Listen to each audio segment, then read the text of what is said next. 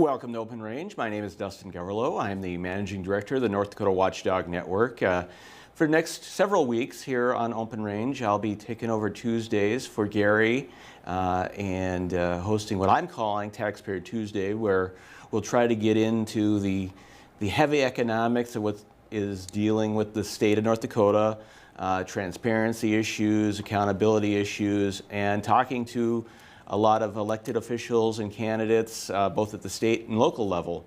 And today with me, I've got State Senator Sean Cleary of District 35 here in Bismarck. Sean, how are you doing today? Thanks, Dustin. Appreciate you having me on. Doing well.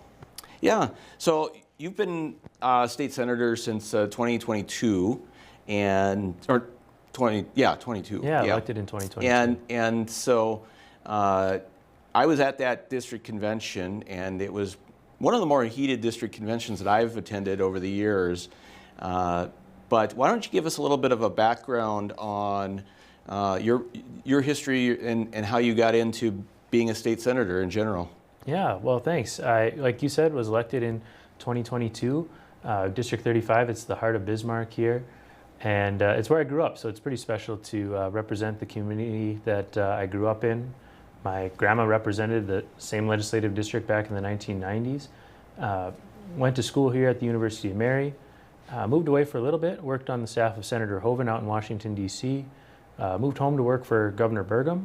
And then a few years went by and threw my hat in the ring for my local state Senate race. And like you said, that campaign got off to a kind of crazy start, but I really enjoyed the process, going door to door, talking with folks about what's important to them, introducing myself to them and telling them why I'm interested in serving our community in the state legislature, and was fortunate enough to win that primary election, win in the fall, and have really enjoyed the opportunity to serve over the last 4 years. It's been a lot of important things that I'm sure we're going to touch on today when we're talking about the different issues, but married here in Bismarck, my wife Amy and I, we have 2 little kiddos, so they keep us pretty busy too.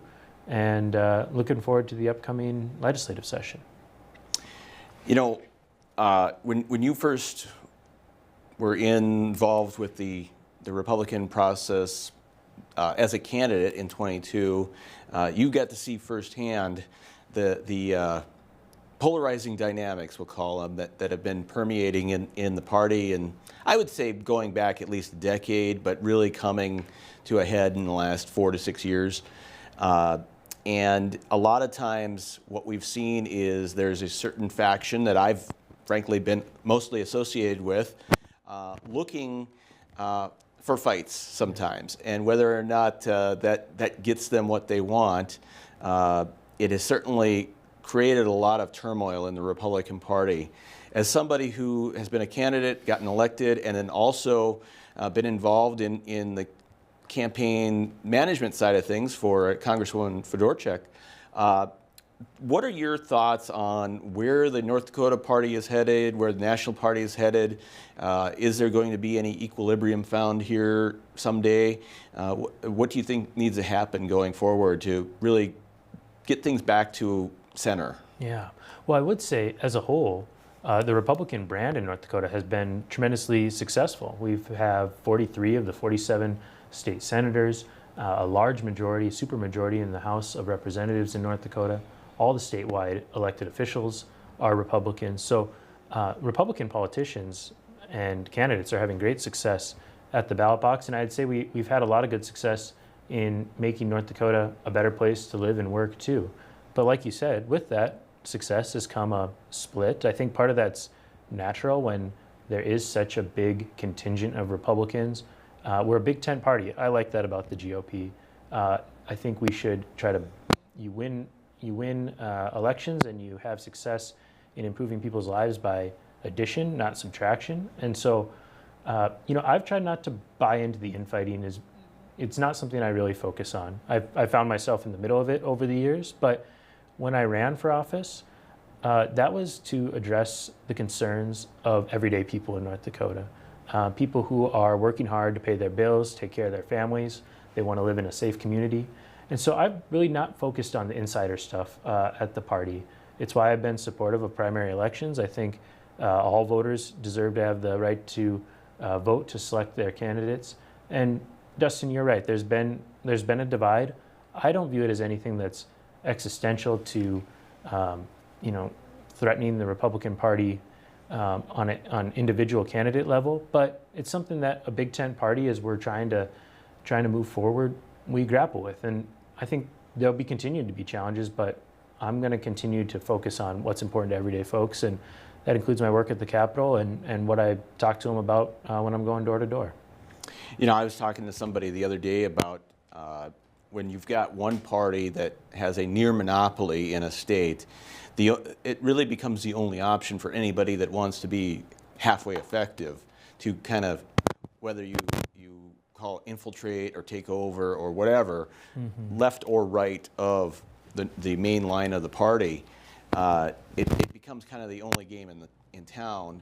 And that's what we've seen with the primary process. And then we've also seen that with the way that, you know, nationally, the Trump movement was entirely an infiltration type of movement itself, which has created a lot of strange dynamics where a lot of the folks that we would have called insiders and establishment 10 years ago are now the most out front MAGA Republicans that there are. And I don't really get too big into different labels, you know, establishment, moderate, right-wing, conservative, Bastiat. You know, I've been involved in Republican politics my entire adult life. I've been fortunate to help elect folks who I think are doing a heck of a job for us. Julie Fedorchak in Washington, D.C., working for Governor Burgum, have a lot of respect for the work he did here in North Dakota. Like I said, I started my career with Senator John Hoeven, and I think he's doing a great job for us in the Senate as well. I don't really buy into that sort of stuff. I really focus on what's important to folks, and most people aren't hyper obsessed with bylaws at conventions or party platforms. They're worried about what's important for their kids, what's important for their job, making sure that we're being prudent and respectful with the taxes that they pay to the state. And I know we're going to touch on some of those issues in later segments, but I've always considered myself, even though I've been a lifelong Republican, I consider myself a bit of an independent in that I try to focus on, hey, what's the common sense thing here? How am I best serving my constituents? And how am I moving the ball forward on some of these important issues facing our state? Speaking of important issues, just this week, Governor Armstrong announced that there will be a special session at the beginning of September.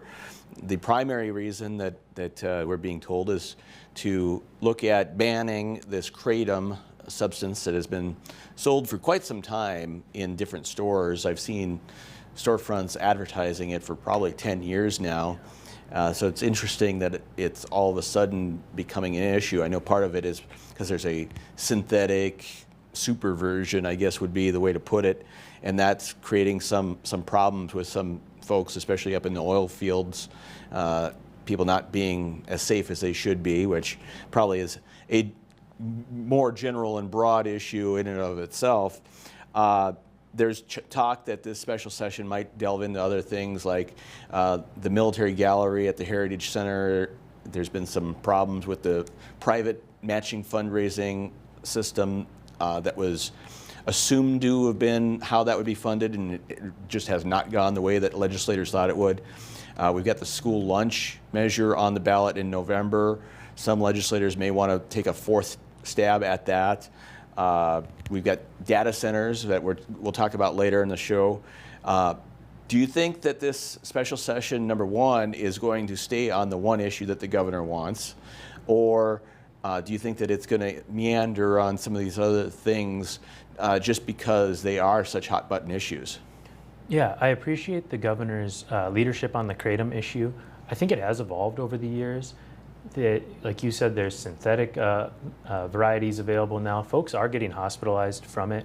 And so, you know, Governor Armstrong, Attorney General Wrigley, a few of my colleagues who have really dove in on that issue. And I think it's an important one. This stuff is marketed like candy. It's in energy drinks. There's synthetic varieties of it available. So I think we have some work to do on the kratom issue that I think is worthy of a special session. Obviously, the military gallery is a concern. It's something that some of my colleagues have been working with the Historical Society on. I think we have a lot of work to do there, though. The project clearly has not gone how we were told it was going to go, and I have some pretty serious concerns about how this is being overseen, how we are executing on these projects that require a private match, because, and I'm sure we'll dive into the numbers, but there's just been no momentum on the private side of the fundraising, which leaves us in a very precarious spot. So those other issues, data centers, school lunches, I don't foresee those being a big part of the special session. Data centers, there's a lot of moving pieces there that we're going to have to get right for voters on all sides of the issue. And school lunches, I've been supportive of that during my time in the legislature. The legislature's had the opportunity to address it, and now it's going right to the voters, and I think that's where it's going to have to be decided. Yeah, it's kind of unfortunate. I've been supportive of the free school lunch concept. Ideally, it wouldn't go in the Constitution, but I think that the legislature made its own bed on that issue 3 times. You know, it was kind of a 3 strikes you're out type of scenario. And so the citizens had to put it on the ballot, and the voters will have a chance to vote on that, which is Measure 2 in November. We've got just a couple seconds here. I'm going to, in the next segment, we're going to jump into your big flagship issue, which is transparency and accountability on things like the investment funds and the retirement board. There's been a Attorney General's opinion issued last week on that. That is very specific. We'll be right back with Sean Cleary, State Senator from District 35.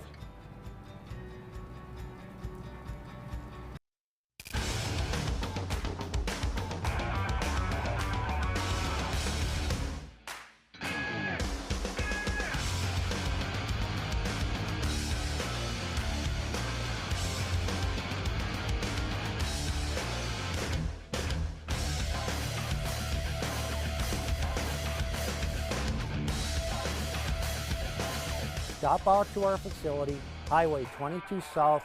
Let us build a truck for you. Find relief for what ails you at Steep Me Tea Apothecary. Teas, supplements, tinctures, and more. Formulated to fight whatever has you down. We're Bismarck Mandan's favorite place to find delicious, natural, and easy ways to alleviate symptoms brought on by anything from colds to cancer. Brew a better you at Steep Me Tea Apothecary. Steep Me products may cause side effects, including but not limited to improved mood, deeper sleep, enhanced hydration, renewed sense of smell, increased energy levels, superior balance, boosted immunity, proper digestion, restored sense of calm, and a delightful smelling home. Welcome to Arrowhead Cleaners. Newly renovated, modernized, and ready to make your cleaning needs hassle-free. From commercial and residential wash and fold laundry services to the latest in professional dry cleaning techniques, we are dedicated to your unique needs, offering alterations, fabrications, and even custom hat making. So whether you're a busy professional, a family on the go, or even a rodeo champion, Arrowhead Cleaners is here to take your things from messed up to dressed up. Now celebrating our 64th year in Arrowhead Plaza. Welcome to Radiant Retreat Tanning and Spa in Mandan, where a relaxing spa experience meets the latest in healing innovations. Take total control of your massage in our Hydro Massage Bed. Experience whole body healing in our Zero Body Cryo Bed. Let our salt sauna and halo generator restore your respiratory and skin health. And of course, tailored tanning will keep you looking as good as you feel.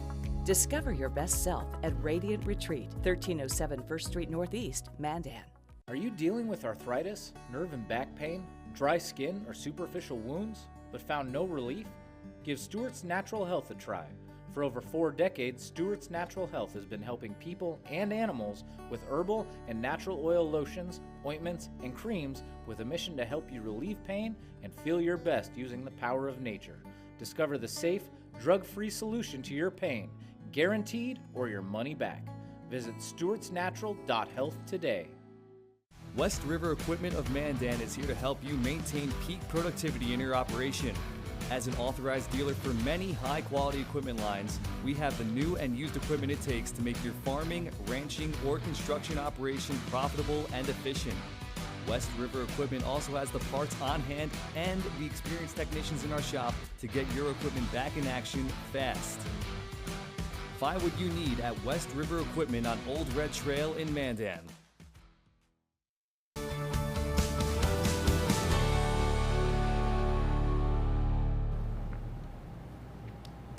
Welcome back to Open Range. My name is Dustin Giverlo, and today I'm speaking with State Senator Sean Cleary, District 35 in Bismarck.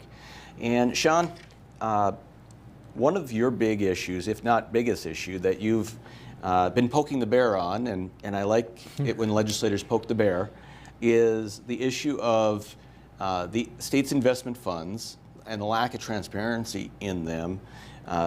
Going back several years, I was involved with an effort by a former reporter with KX News to do an open records request to get some of the information about the investment funds, and they were basically stonewalled. It was so bad that the KX News came to me for help to get open records, and you know that's pretty rough when an actual news agency has to reach out to get help with something like that.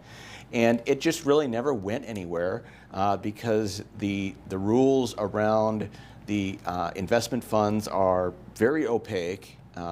A lot of that was revolving around the time when Russia had invaded Ukraine, and there was the worry about whether we're invested in things that we shouldn't be invested in.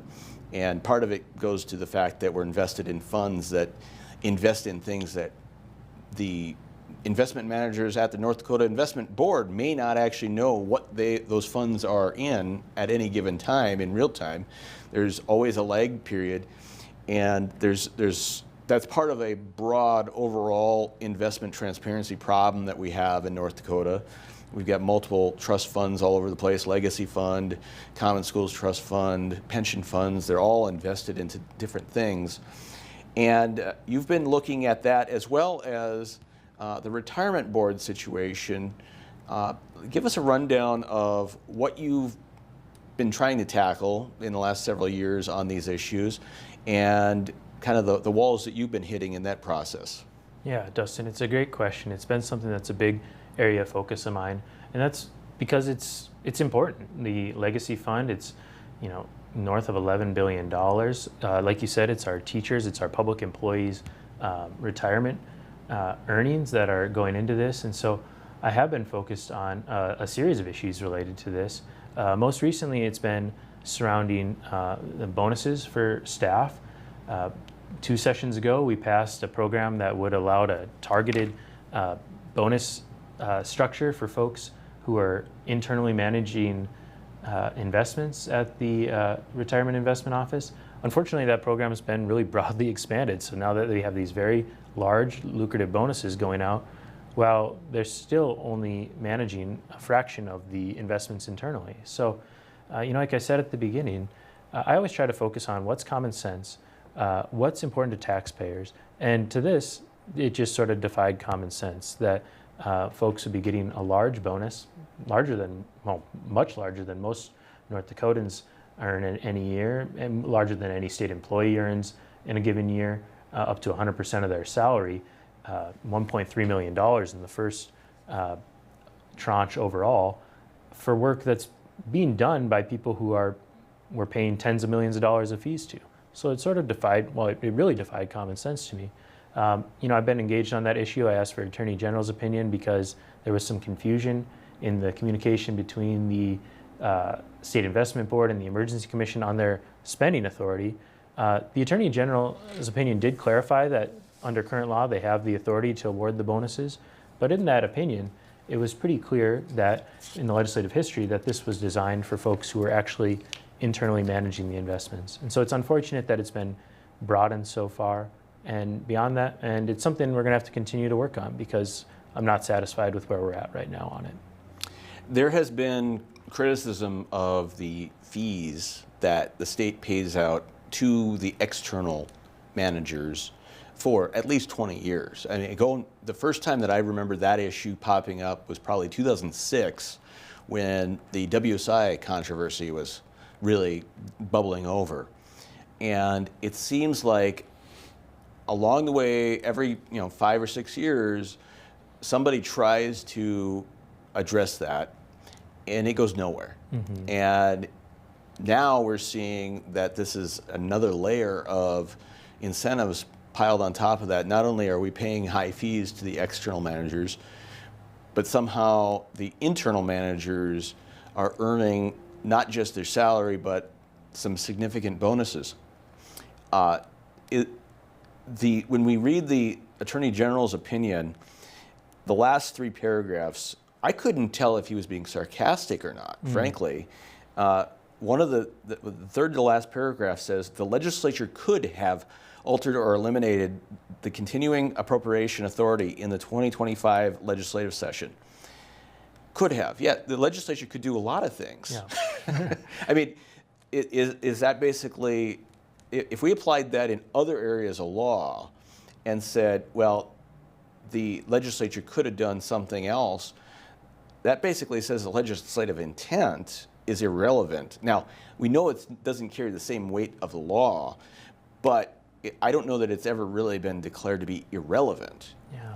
Dustin, when I read that section of it, my takeaway from it was that the Attorney General's opinion is simply recognizing that the legislature is the policymaking branch of government. So, if there's issues that have been raised by myself, by Representative Ostley, by other members of the legislature, that we need to go back and change the law, because clearly it was written in a way that that granted the authority, even if that wasn't the discussion that was had at the time 2 sessions ago. So, I have no particular issue with the opinion itself. I thought it granted clarity onto what needs to be addressed in the future.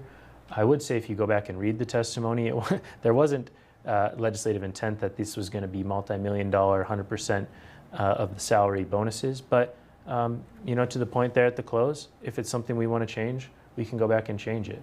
The unfortunate thing with this, and this is with the State Investment Board, it's with a lot of boards and commissions in the state, is they seem to kind of just push these things through. There's not a lot of curiosity.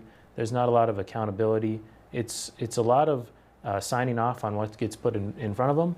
And in this case, I think we ran into an issue that it was much broader than the legislature intended, much broader than makes sense for what we're trying to accomplish.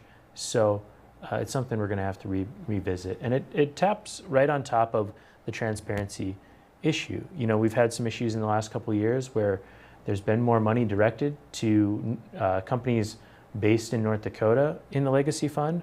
Unfortunately, you can't get the dollar amounts for those or the terms that were agreed to it. So one of those companies last year went bankrupt, and even a question as simple as, well, how much did they get, is not a public record, which is a huge concern, because even though it's an investment fund, it's a taxpayer dollars. The Legacy Fund, those belong to the people of North Dakota.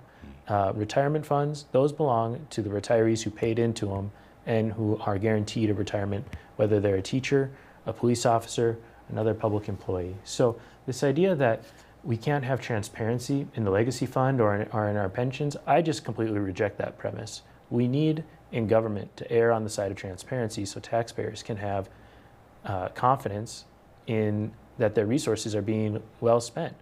I think a lot of folks are fine with these sorts of things. They're glad that we have a Legacy Fund. They're glad that we can provide a secure retirement for teachers. But with that comes a responsibility that we're able to explain what we're actually doing with their money. So that's really what I've been trying to be cued in on. There'll be a website coming out here, hopefully in the next year or so, that shows where some of the money's being invested. I'll be curious to see how that's rolled out, because I think there's still going to be a large fraction of the money that we're not knowing where it's going to go, or not knowing where it's invested. You brought up the example of Russian bonds when they're invading the Ukraine. Terrible conflict, and something that we shouldn't even be indirectly supporting. And it's also come up with Chinese investments in the Legacy Fund. We had a big bill last legislative session to replace every drone that was manufactured by a Chinese company in North Dakota.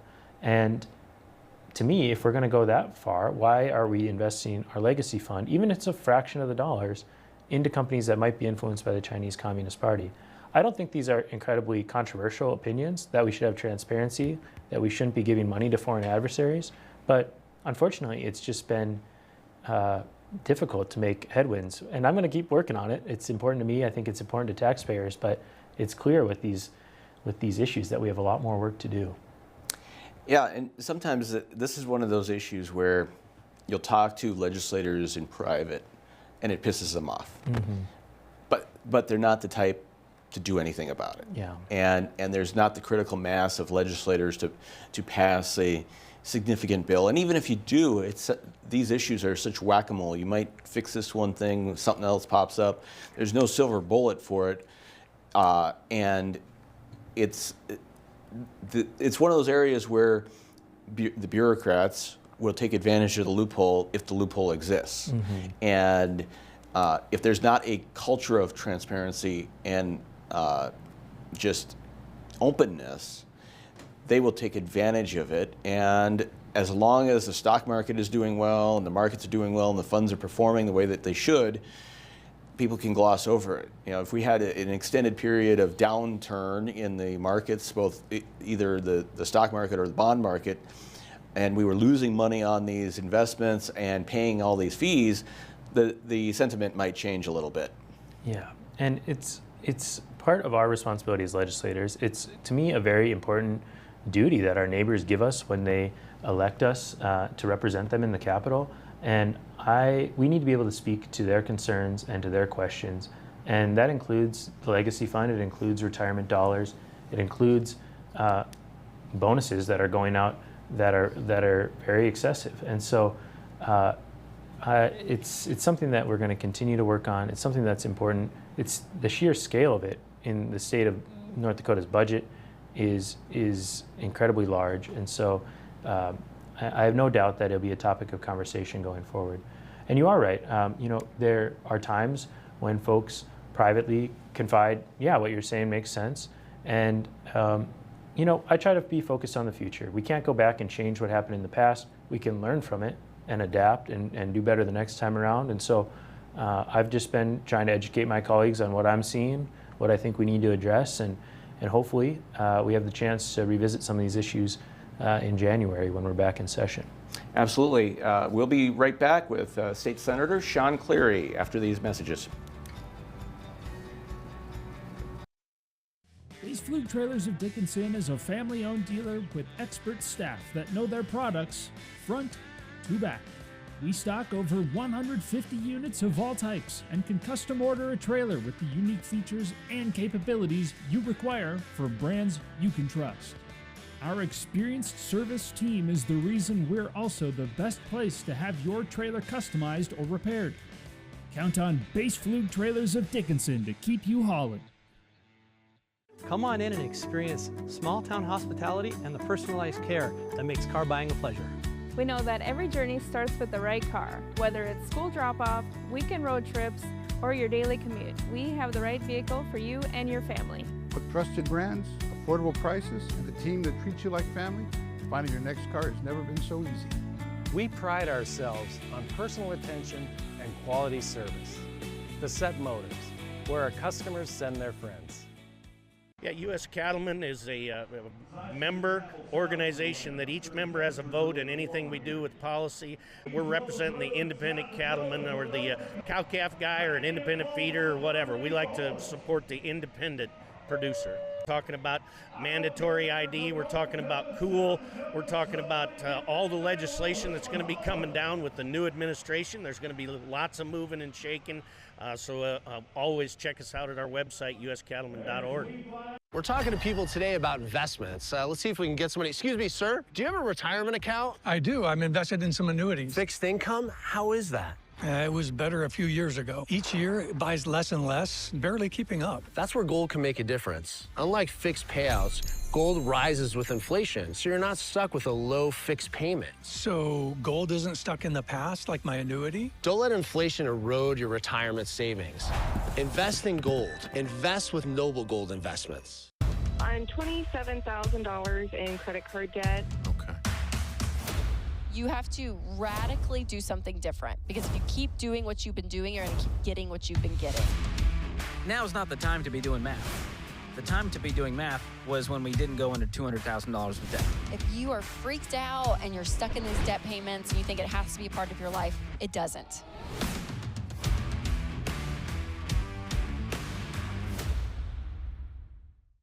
We are ladies of Another View. Join us every weekday morning at 9:00 a.m. as we discuss the big topics from North Dakota, the nation, and around the world. We chat with everyone from celebrities and medical professionals to politicians, local business owners, and neighbors about the topics and stories that affect all of us. We are unscripted and uncensored real news from real people. So join us every weekday morning for Ladies of Another View on Beth.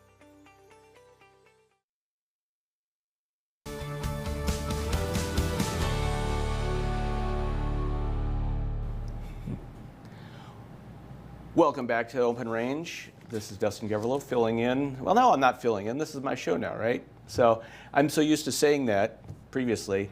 Today I'm speaking with Sean Cleary.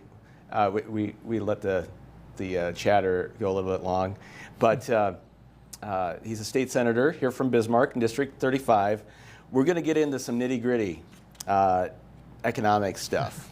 Usually in the legislature, they reserve this for your briefings with the OMB or when Moody's comes to town every 6 months to tell you the good news or the bad news, depending on the situation. And one of the things that I've been tracking for about 2 years now, I was made aware of this by somebody who has a little bit more economic background than myself even. And you know, the Federal Reserve puts out numbers about every state, and they talk about GDP when it comes to the nominal GDP, you know, which includes which does not account for inflation. And the way that the Federal Reserve tracks this stuff is they have in recent years, that starting in the first Trump administration, chained the inflation numbers to $2017. And one of the charts that we look at, we can bring that up on figure 1. So this is the nominal GDP, and it's kind of got the upward rise, and it looks pretty good at the top of the chart without the inflation adjustment. But on the bottom chart, when you look at 2014 until 2024, it's pretty much down and flat. You know, it's recovered in the last 3 or 4 years, but it's really not on the long-term scale showing a lot of growth sustained. In figure number 2, we also have, oh wait, that's a repeat of that. We have South Dakota's chart. This is also in inflation adjusted, and it's got that more steady rise. When Moody's or the OMB comes to talk to the legislature, do you get into a lot of the long-term projections, or is their focus solely on what to expect in the next 2 years and really not looking back at the historical as to what has happened? We really focus at the legislature on what's going to impact our next budget cycle. That's not to say it's not important what's going on long term. I would say we don't spend a lot of time talking about nominal GDP or inflation adjusted dollars. I think if I started reading some of these charts to my toddler's bedtime, might actually go a little bit quicker even. But I think the point you bring up when you show these charts, this data, it's about improving the quality of life here in North Dakota. If GDP is going up, if per capita GDP, gross domestic product, is going up, it means that folks are getting wealthier here, that they're making more money, and that's a good thing. You know, we've seen a dramatic rise in the cost of living the last couple of years, and in my mind, we should be laser focused on things that help make it that North Dakota is more affordable, more prosperous. And so, yeah, when you show these charts, it might get a little in the weeds, but my takeaway from it is we need to be a state that's growing, and that includes being a state where people who, like myself, who grew up here, want to stay here and raise their family here, that people who aren't from here, when they see what's going on here, that they see it's somewhere that they'd want to move to, and then also that it's somewhere where businesses, large or small, want to invest. And that doesn't mean that we need to have a handout for every big business that wants to come operate in town, but it means that we need to have an environment, an economy where people say, hey, North Dakota is open for business. It's somewhere where I know we can hire some smart employees because they've got a good education system. It's somewhere where it's safe and that my investment, my business is going to be is safe to operate and that there's not concerns there. So it's about getting these big picture issues right, because if we're not getting those right, if the state's economy is shrinking, if folks aren't moving here, it's a major concern, and it trickles down. It's more than just a chart. It's people's paycheck and how it's impact how they pay their bills and feed their family. And so when I get these bills in front of the legislature that we're voting on, I don't view it as government's role to solve these problems necessarily, but we do need to make sure we're positioning ourselves that we can continue to grow, we can continue to be a state where people want to move, and we can move the ball forward on these, because if you're not growing, you're shrinking. It's flat is just not going to be good enough, especially with how rapidly our economy changes due to agriculture and energy, and now I think it'll even continue to fluctuate more with the recent changes in AI and advanced technology. Yeah, and the reason that data really matters is because we look at things like taxes, and the state has done very well at reducing the income tax burden, but the property tax side of the tax equation is always a moving target. And as we've seen back in 25, the legislature did pass the $1,600 primary residence tax credit, and then implemented a 3% cap on local revenue from property taxes. There's actually been a lot of misunderstanding as to whether that means it's a cap on the budget, when it wasn't a cap on the budget. It was a cap on revenue generated from property taxes. They can increase sales tax all they want, or all the citizens will let them. And you know, if the GDP and the overall economy is not growing as fast, but the state is constantly having to play catch up on dealing with the local property tax demands, you're eating into that pie, and the pie is not growing nearly fast enough. And it just, at some point, it seems like it might catch up to us on the big scale. Well, and the best way to be able to provide more tax relief, whether it's property tax, income tax, is to grow the economy. It's just economics 101, really. If you're going to be able to provide these tax cuts, you need to be growing. You can't do that if your economy is shrinking. I'm incredibly proud of the work the legislature has done on the $1,600 primary tax credit. It's exactly the sort of thing the legislature should be doing. It helps folks afford the cost of living at a time when mortgage rates are rising and it's more expensive to own a home. It maybe will be the difference between someone being able to move from renting to owning. And we have more work to do, because there are a lot of folks who continue to rent who might not be able to afford a home, and we need to be able to make sure that we're taking care of them too. But the property tax cut for individuals, I think, is the single most important thing we did last legislative session, and it's something we need to protect going forward. Part of that is with the 3% cap on the revenue. We provide a ton of resources out to political subdivisions, including this property tax cut, this property tax relief credit. And with that, I think does come the responsibility to make sure that political subdivisions aren't just raising property taxes on the back end. So I'm supportive of the cap too. I think it's part of the reform that needs to go with this, and I think it's something we'll continue to build on in the next legislative session. You brought up how much the state has kicked down to local government, and we can skip to figure 4, actually. We'll go right there, where we're showing the increase in state spending at the local government level has gone from $1 billion in 2003, 2005 to well over $5.5 billion in the last biennium. So that's a 500% increase, essentially. And until the state implemented the 3% cap, there was just no way for the state to put an end to that. It was an ever-growing increase, and really getting nowhere, because the problem was not shrinking, it was just kind of maintaining. I've already heard from some local elected officials in other areas of the state that there are efforts that there will be potentially efforts to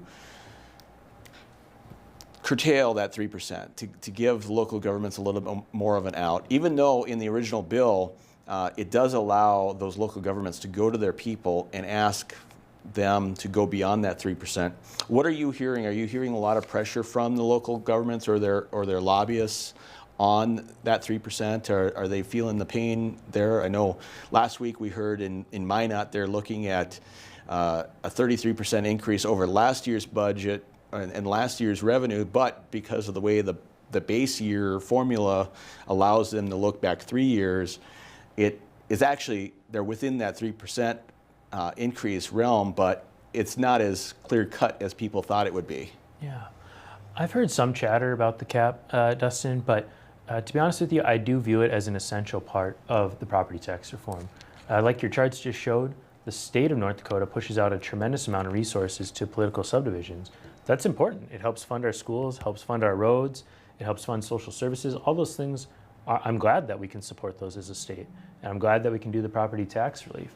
But the second we start saying, hey, the cap doesn't matter, folks' property taxes are just going to continue to rise. And that's what we're trying to avoid here. So we can't have our cake and eat it too. If we're going to provide property tax relief, if we're going to provide funding for these essential services, it's incredibly important. But what we can't do is allow political subdivisions to just raise the property taxes, because that's just, it's not solving the problem that folks are bringing to us. The state of North Dakota does not levy 99% of the property taxes. We levy 1 mil for the UND Medical School. So it's political subdivisions that levy these taxes. And we are trying to provide relief for that. And what we need to avoid is a situation where we provide relief and then property taxes just go up anyway. Yeah. I think the only situation that might be needing a little bit of attention is the cases where the local government, like Burleigh County, tried to be proactive on the issue of reducing property taxes, passed a 1-cent sales tax to replace the law enforcement and public safety portions of the property tax, and may end up getting punished for it because that 3% reduces their base year in year 3 significantly more. We've got to take another break here. We're speaking with Sean Cleary, and we will be right back with Open Range. That concept of deodorant and the concept of stinky man body, and really putting it into perspective of how you've come up with a product that is going to take care of that day in and day out. That's right. Absolutely. Took a lot of work, a lot of formulations, a lot of process to make sure that we're making a product that actually stands up to the rigors of what guys do on a daily basis. And, I feel very confidently to say that we've delivered on that experience. So we're in a time where we're more cognizant about the things we're putting in our body, and really more importantly, the things we're putting on our body. And aluminum has been a big part of deodorant and masking scent and all the different things for a number of years. You pulled that piece that's kind of been that, I don't want to say not healthy, but the piece that people really wanted to eliminate. You eliminated it and still come up with a really good product. Welcome to Arrowhead Cleaners. Newly renovated, modernized, and ready to make your cleaning needs hassle-free. From commercial and residential wash and fold laundry services to the latest in professional dry cleaning techniques, we are dedicated to your unique needs, offering alterations, fabrications, and even custom hat making. So whether you're a busy professional, a family on the go, or even a rodeo champion, Arrowhead Cleaners is here to take your things from messed up to dressed up. Now celebrating our 64th year in Arrowhead Plaza. Are you dealing with arthritis, nerve and back pain, dry skin, or superficial wounds, but found no relief? Give Stewart's Natural Health a try. For over 4 decades, Stewart's Natural Health has been helping people and animals with herbal and natural oil lotions, ointments, and creams with a mission to help you relieve pain and feel your best using the power of nature. Discover the safe, drug-free solution to your pain, guaranteed or your money back. Visit stewartsnatural.health today. Ashley, North Dakota is where life moves a little slower, but never gets dull. From hunting, camping, and fishing to safe streets where kids can be kids, this is the best of small town living. And Ashley offers everything you need, from healthcare to hardware to countless ways to stay active. Here, we've invested in our future with major upgrades to roads, parks, and education. Whether you're here for the day or here for life, you'll find Ashley's where you ought to be. There's never been a better time to rediscover the style, reliability, and all-season, all-terrain fun of the all-new Nissan lineup at the new and improved Ryan Nissan. Whether it's the sleek and stylish Murano, the adventure-ready Pathfinder, or the reimagined, ready-for-anything 2026 Rogue, the all-new Ryan Nissan has the vehicle of your dreams at a price perfect for any budget. It's time to rediscover your passion for the road. It's time to rediscover the all-new Ryan Nissan, engineered to endure.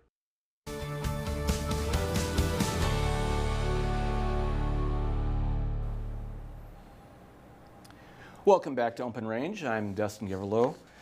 And today with us again, we've got Sean Cleary. He's a state senator from District 35. In our final segment here, I call it the lightning round or lightning rod issues round. So in the last several years, CO2 pipelines have been a real sticking point. Right now, they seem to be kind of on the back burner because the Summit Carbon Solutions pipeline is pretty much dead at this point, primarily because of what happened in South Dakota as well as in their home state in Iowa. They're still actually fighting their own legislature to operate an intrastate pipeline, let alone shipping it out of state. One thing that has come up in the last month or so is that the lawsuit of landowners regarding pore space. The lower court ruled in favor of the landowners. That will probably go back up to the Supreme Court again. But are you hearing anything about that particular issue on either side? Either the folks that want to promote the industries being able to utilize pore space and CO2 pipelines, or on protecting the landowners, trying to create a way to prevent these fights from getting so nasty like this one has gotten in the last 4 years? I haven't heard anything directly from folks. You know, this might be a little bit outside the wheelhouse of District 35. We're right in the middle of Bismarck here, so not a lot of major pipelines or anything traveling through the district. I would say, though, on this issue, it is very important to me that we're respecting folks' property rights. I, in general, am supportive of these projects that are helping to invest in North Dakota, but at the same time, if companies aren't treating folks the way they should be treated under the law, these projects aren't going to be successful. There's not going to be buy-in from local residents, from local governments. And so whether it's carbon capture or any of these other issues, we need to start on the right foot. And that's with treating with people with respect, being very clear about what the project's going to do, how folks are being compensated for what might be going on their land, whether it's pore space, a pipeline, a transmission line, whatever it is. Those things are important for our economy. We just got done talking about how we grow as a state, but you can't just trample over people's rights too. So it's a balance that we need to strike. It's something that I've tried to strike in my time in the legislature, and it starts with good faith effort in how you deal with landowners. And similar to that, we've seen the data center fight pop up, and that's been more so focused on the local government side of things. The state just recently implemented at the legislative level a interim committee kind of at the last minute here to start examining those things, because a lot of local government officials have kind of felt abandoned and left to fend for themselves. There's not a lot of precedent for big projects like this. The irony is that historically North Dakota has had a economic development policy and philosophy that kind of begged for big projects. Now that they are showing up, the question is whether the people themselves locally want them. And in a lot of these towns and counties, they're smaller rural counties, and so when you've got a county with a population of 1,600 and 400 people show up opposed to something coming in, that's pretty significant. And That's why the legislature is finally looking at this issue. Do you think that when the interim committee comes together, do you think that there will be an attempt to create a one-size-fits-all type of policy on these to try to override local government? Last session we saw that there were several bills that tried to basically run roughshod over counties that objected to projects like transmission lines and CO2 pipelines. Some of that didn't pass. There was actually one bill that said if you oppose a state-supported project, you'll lose your state funding. That did not pass. But there is a sentiment among some legislators that the locals should mind their own business. Mm-hmm. Well, I do think the state has a responsibility to pass some sort of framework. This is a different ballgame with these data centers. It's exciting in some ways. It's like you said, we don't always have multi-billion-dollar projects that are knocking on our door to build in North Dakota. Those provide good-paying jobs for folks who are building and operating them. They help pay the property taxes in those political subdivisions, usually a county. But you highlighted all the things that are important in this debate, that there needs to be buy-in from locals. If I had a data center that was being built down the road from me, I'd want to know how it's going to impact my roads, how it's going to impact the noise at my house, how it's going to impact my water bill and my electrical bill. So I think the committee that the legislature formed is a good step. We can get more data in the room. We can base the discussion on facts. We can hear people's concerns at the state level. I don't get to hear directly. I'll read about it in the news, what's going on in these different counties, but I think it's important for folks to hear directly from the people who are being impacted, because similar to my previous answer, we need to walk this line of we want investment in North Dakota, but we want to do it the right way, where people feel like these companies aren't pushing this on them, that there's local buy-in for it, that the state has a framework that at least our laws make sense for the kind of scale that's coming in.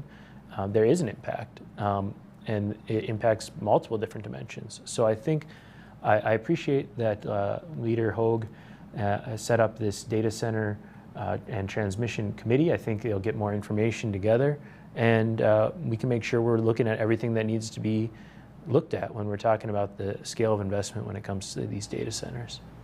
And one of the things that makes both of these issues kind of complicated is the fact that Republicans nationally at the federal level, and especially in the Trump administration, have been pushing executive orders in the name of national security and energy security, in the name of fast-tracking a lot of these things that are energy related or data center related, under the guise that we're in some sort of a arms race with China, essentially, on these things.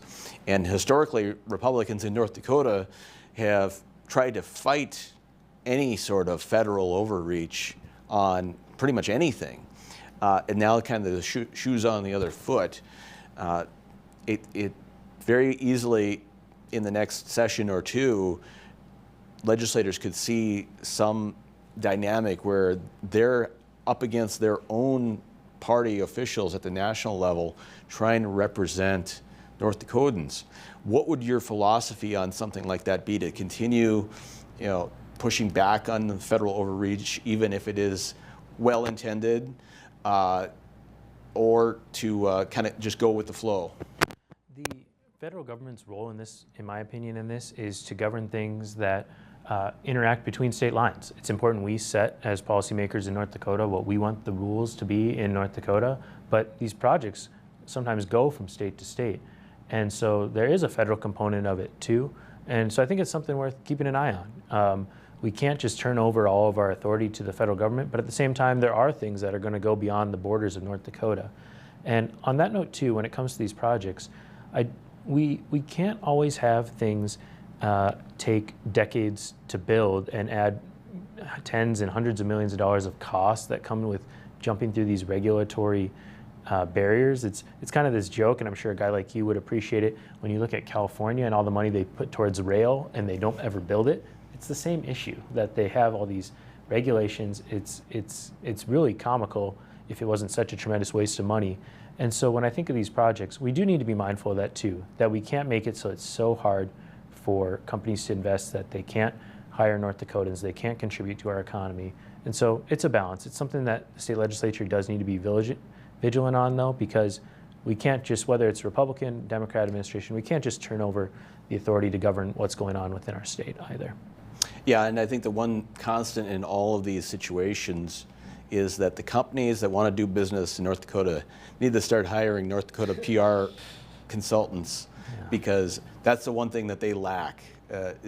Even if you support their project, they're not very good at selling it to the locals. Whether it's government or a large corporation, I think the best place you can start is with transparency and just being upfront with people about what you're trying to do, what's in it for them, and how the negotiation's going to go. If you don't start on a good foot, you can't really come back from that. One thing that, the other issue that will be on the November ballot is the 60% rule on initiated measures and making it more difficult for citizens to pass constitutional measures in the future. You know, in June, the voters approved creating a single subject rule for initiated measures, or for constitutional measures going forward. And this is the second leg of the legislature's attempt overall to make it more difficult for citizens to petition and influence their own government. You voted against HCR 3003, which is the 60% rule. Yeah. So you have long established that you're in favor of leaving the process the way it is. Do you think that there are, if the legislature gets what it wants, if the public votes to make it harder to influence their own government, do you think in the future the legislators that support this are going to regret it when it's hard for them to pass what they want to pass into the Constitution? Well, I vocally opposed raising the threshold. I don't think it's a good idea. I like that we have a citizen ballot measure process in North Dakota. It's a check that we have as part of our checks and balances in government. I wasn't as concerned with the single subject law. That's something we tried to hold ourselves to in the legislature. There's a lot going on that voters have to digest when they're looking at a ballot measure, so I think keeping it to one subject made sense. But raising the threshold is just something that, to your point, it's just limiting the ability for voters to weigh in on it. I like how our process works now. I think it's an important part for voters to make their voice heard. And these measures are some of the most debated things we have. Voters have plenty of time to review them. Yeah, I think the citizens need to hear from more legislators either way as to why they voted the way that they do. There's so many boogeymen on this issue, and I don't think that half of them are legitimate, as some legislators say. That's all the time we have. Sean, thanks for joining us. This has been Open Range. See you next time. Thanks, Dustin.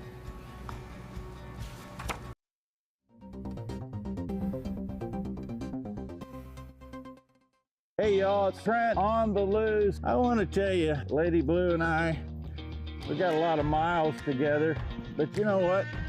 You and I got a lot of miles together as well. And all I want to do is bring to you the information on how we maintain a domestic supply of food and fuel for future generations. So I'm going to continue to travel the world and unearth the stories that make it possible that we can live in a free United States of America. Hello, friends. This is Culture Crossroads. Join me, Andrew Southwick, and my co-hosts, R.C. Williams and Juliana Ormond, as we tackle the issues shaping America. From politics to pop culture, to faith, freedom, family, and the future.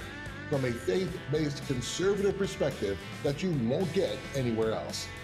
We stand at the intersection of faith and freedom. This is Culture Crossroads. Culture Crossroads, Sundays at 5 p.m. Central on Beck TV.